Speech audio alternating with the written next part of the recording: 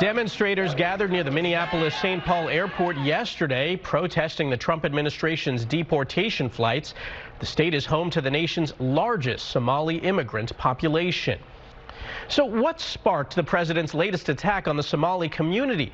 Well, it may stem from a COVID relief fraud case. Jonah Kaplan of CBS Minnesota reports. Minnesota is reeling from a fraud scandal involving $1 billion siphoned from multiple federal programs during the COVID pandemic. In the past 3 years, 87 people have been charged, 61 convicted, most of Somali descent.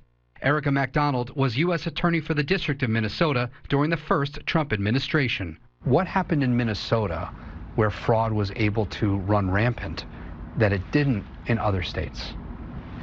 Lack of accountability, frankly. We knew that fraud occurs, and there's warning signs that come with it, and they were ignored in this case. According to investigators, the schemes involve bogus receipts and invoices for meal programs, housing assistance, and behavioral health services, charging the state millions for services that were never provided. I hear they ripped off Somalians, ripped off that state for billions of dollars. The president lashed out at Minnesota's Somali community during Tuesday's cabinet meeting at the White House, saying he doesn't want them in the country and called them garbage. I think it's a beautiful country. Jamal Osman, who moved from Somalia to Minnesota when he was 14, is a naturalized U.S. citizen and a member of the Minneapolis City Council. Anyone who looks like me are scared right now.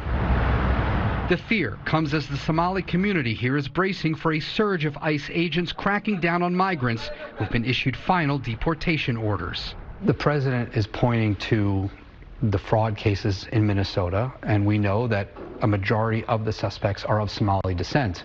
How is your community taking that? Well, my community is upset. Yes, people commit crimes, but the entire community should not be blamed based on what some individuals did.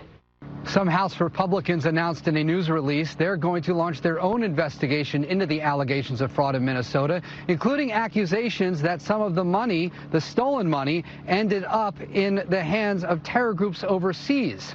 I spoke with several federal investigators, though, and they say there is no evidence that happened. Instead, the fraudsters took that money and spent it on themselves. Things like houses, cars, diamonds, and so much more. Jonah Kaplan, CBS News, Minneapolis.